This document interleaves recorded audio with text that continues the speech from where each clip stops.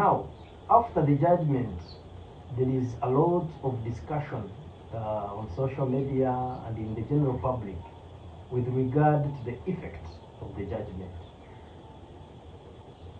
Very many people tend to think or seem to think that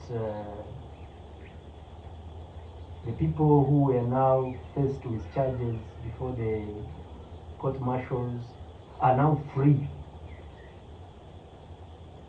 No. The Supreme Court terminated all criminal proceedings involving civilians which were ongoing before the court martials. It ordered the cessation of those criminal proceedings and the remittance or the transfer of those cases to the civil courts of competent jurisdiction. What does that mean? That does not mean that those who were being charged or those who were being tried before the court martial are now free. No. It only means that their cases are due for transfer to the appropriate civil courts for proper management. So the popular expectation that the prison gates will be opened for people to now walk out free is misplaced. There seems to be now a popular view that Colonel Dr. Chiza Besigye is a free man. No, he has not been absolved of guilt.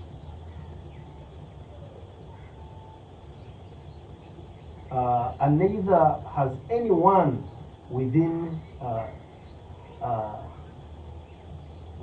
that context been absolved of guilt. No. The Supreme Court has simply said their trial within the court martials is unconstitutional, is illegal, and therefore it must stop. And you heard the Chief Justice use that word, must stop. The Chief Justice and the Supreme Court did not say there shall be no prosecution of the currently accused people. No. He said there shall be no prosecution of those accused civilians in the court martial. Therefore, all proceedings must cease and the cases be transferred to the regular courts of competent jurisdiction.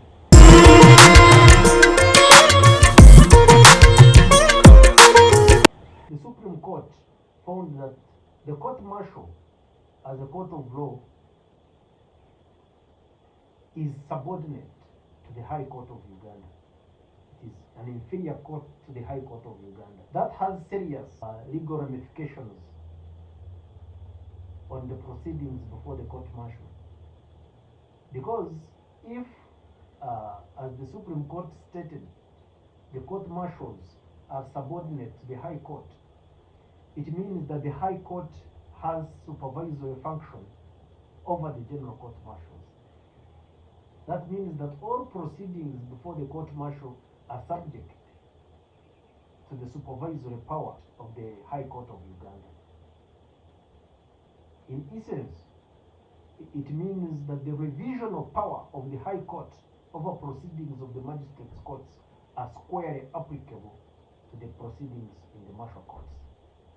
Now, this is very important because court, as I have explained, did not annul the convictions, the sentences previously rendered by the court martials.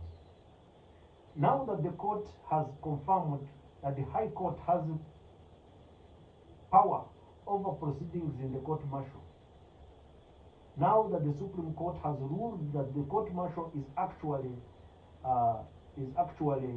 subordinate to the High Court of Uganda, then in respect to those convictions that have not been, annulled by the Supreme Court, defense lawyers and those convicts have the right to apply to the High Court to revise those decisions previously made by the court martials. It is through the exercise of the revisional power of the High Court as a court to which the General Court Martial is subordinate that those convictions, those sentences can actually be set aside for being illegal. So not all hope is lost. Any person who is interested in securing the liberty of a person that was previously convicted by the General Court Martial should take the benefit of the revisional power of the High Court over the decisions of the General Court Martial as a subordinate court. Have that conviction or sentence struck down on the ground that it was illegal.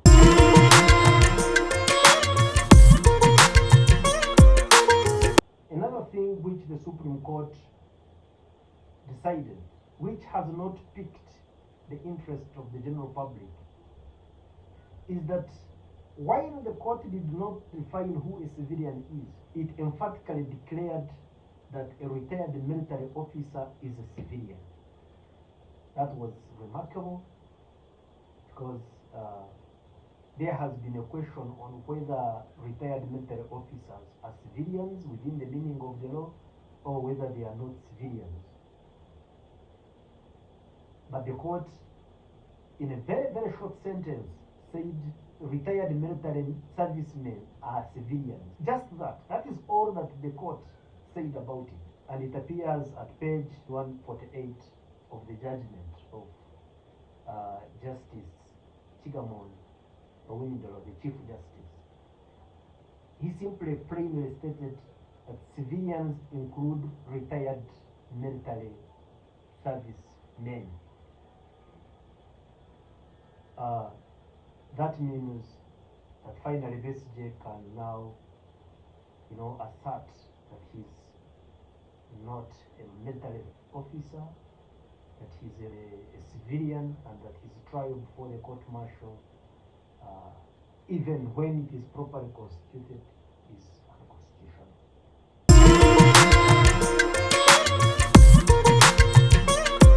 The court also ruled that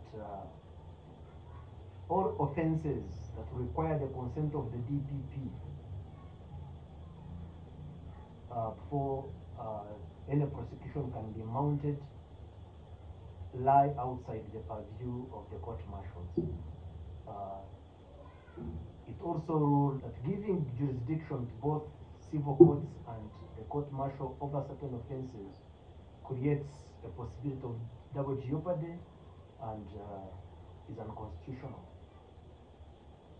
So, court annulled the jurisdiction of the martial courts in offenses that lie within the jurisdiction of the regional courts.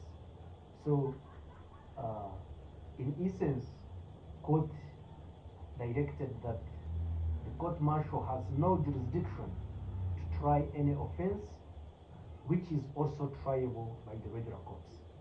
Therefore, having ruled that way, the Supreme Court emphatically, meant that the General Court Martial's jurisdiction is limited to the disciplinary functions of disciplining soldiers. So although court ruled that it's a court of law, when you look at the scope that court went ahead to prescribe, it rendered it a mere tribunal which should be only handling disciplinary administrative functions. In that regard, the court went ahead to say that unless and until Parliament makes law specifically providing for a right of appeal to the Supreme Court, then the court martial can never be said to have any jurisdiction to try offenses attracting a life sentence or a capital sentence. And I will invite any person who can dedicate time to read a 200-page writing to really dedicate that time and read this judgment, because pregnant with civilian information. You need to read it so that you understand what informed the decisions of the Supreme Court. Thank you so much for listening to me, and may God bless you.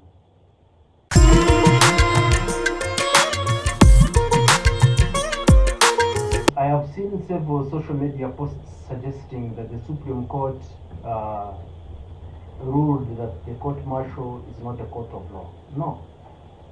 I think to that extent, the judgment of the Supreme Court has been misconstrued.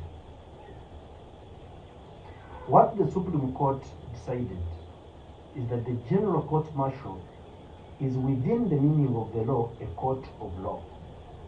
However, the Supreme Court also noted that the textual composition of the court-martial within the structure of the UPDF Act is unconstitutional.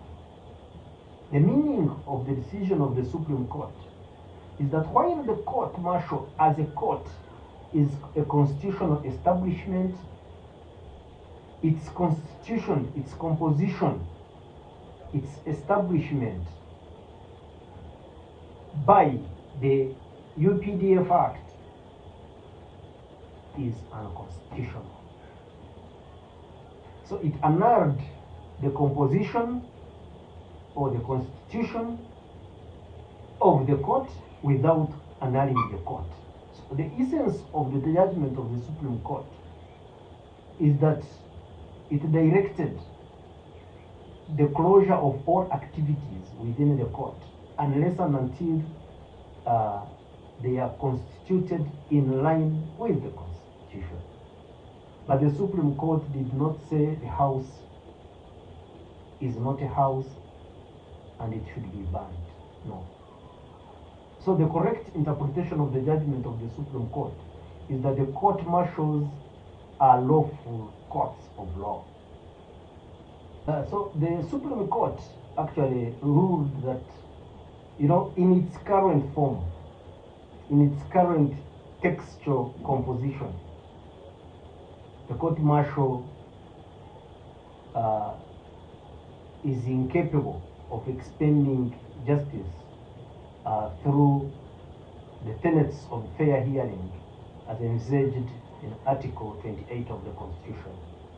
First, the Supreme Court noted that court-martials are manned by unqualified people. It doesn't have any legal professionals capable of administering justice within the meaning of the law. All of you heard the Chief Justice raising analogies of dock lawyers being taken to theaters to perform surgery on the liver, and having reached the stomachs of people, they are incapable of telling between intestines, large intestines and small intestines. He specifically raised the analogy of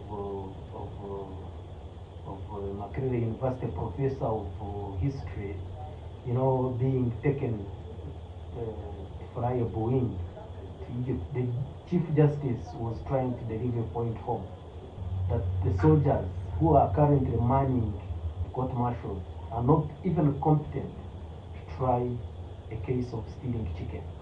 Yet you are entrusting them with the duty of making decisions where people's lives are at stake. Capital offenses. Then the Supreme Court also noted that the UPDF Act had closed down the right of appeal of the decisions of the Court-Martial Appeal Court. So court found that that violates Article 22 and 44 of the Constitution, as well as Article 28 of the Constitution, that clogging the right of appeal to the Supreme Court in the cases that carry life sentence or death sentence as a punishment on conviction must be subject to the right of appeal to the Supreme Court.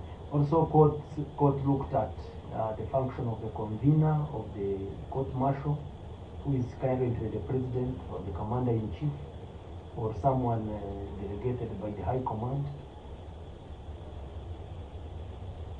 Juxtaposed it with the issue of serving soldiers of various ranks being, kept being eligible for appointment to the court martial.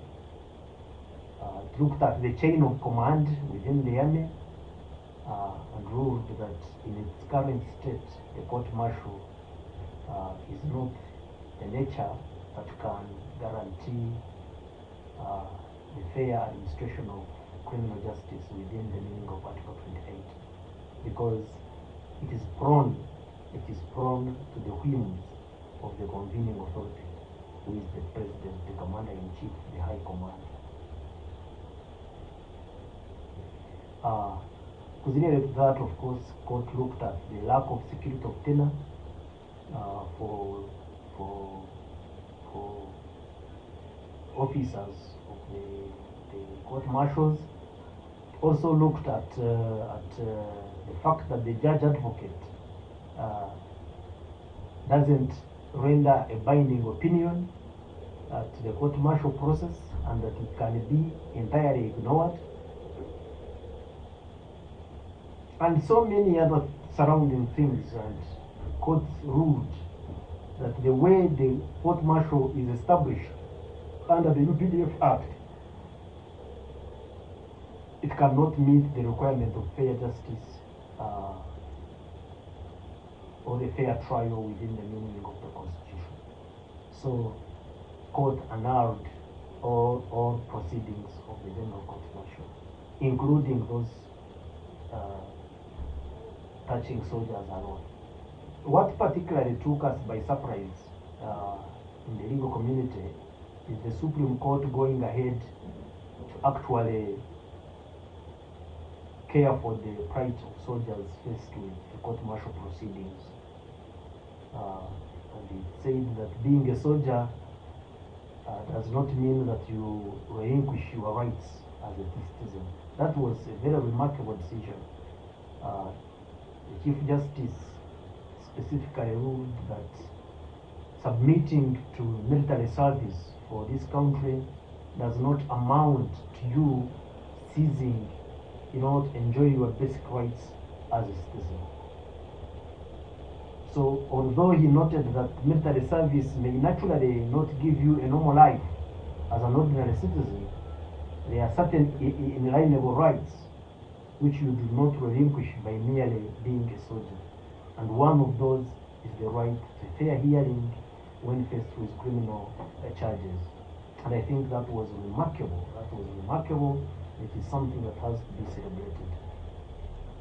So court went ahead and ruled that even a soldier faced with criminal prosecution before the court martial is entitled to enjoy, or is entitled to be given the benefit of a fair hearing as established under Articles 41 and 28 of the Constitution of the Republic.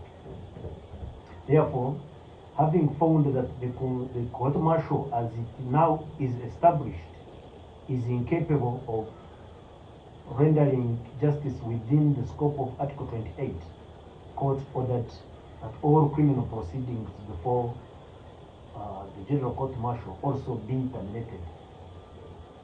That is the effect. So, in essence, court ruled that the convening process of the court martial were illegal, and it annulled several provisions of the UPDF Act, which established the convening process of the court martial. So therefore, as we see today, while there is a court martial established by the Constitution, there is no process through which a court martial can be convened to hear any case. Therefore, soldiers charged with criminal offenses, other than discipline, must now be taken to the regular courts for handling. The court also ruled that all offenses that require the consent of the DPP before any prosecution can be mounted lie outside the purview of the court martials. It also ruled that giving jurisdiction to both civil courts and the court martial over certain offenses creates a possibility of double jeopardy and is unconstitutional. So, court annulled the jurisdiction of the martial courts in offences that lie within the jurisdiction of the regular courts. So, in essence, court directed that the court martial has no jurisdiction to try any offense which is also triable by the regular courts. Therefore, having ruled that way, the Supreme Court, meant that the General Court Martial's jurisdiction is limited to the disciplinary functions of disciplining soldiers. So although court ruled that it's a court of law, when you look at the scope that court went ahead to prescribe, it rendered it a mere tribunal which should be only handling disciplinary administrative functions. The court went ahead to say that unless and until Parliament makes law specifically providing for a right of appeal to the Supreme Court, then the court martial can never be said to have any jurisdiction to try offenses attracting a life sentence or a capital sentence. And I will invite any person who can dedicate time to read a 200-page writing to really dedicate that time and read this judgment, because it is pregnant with civilian information. You need to read it so that you understand what informed the decisions of the Supreme Court. Thank you so much for listening to me, and may God bless you.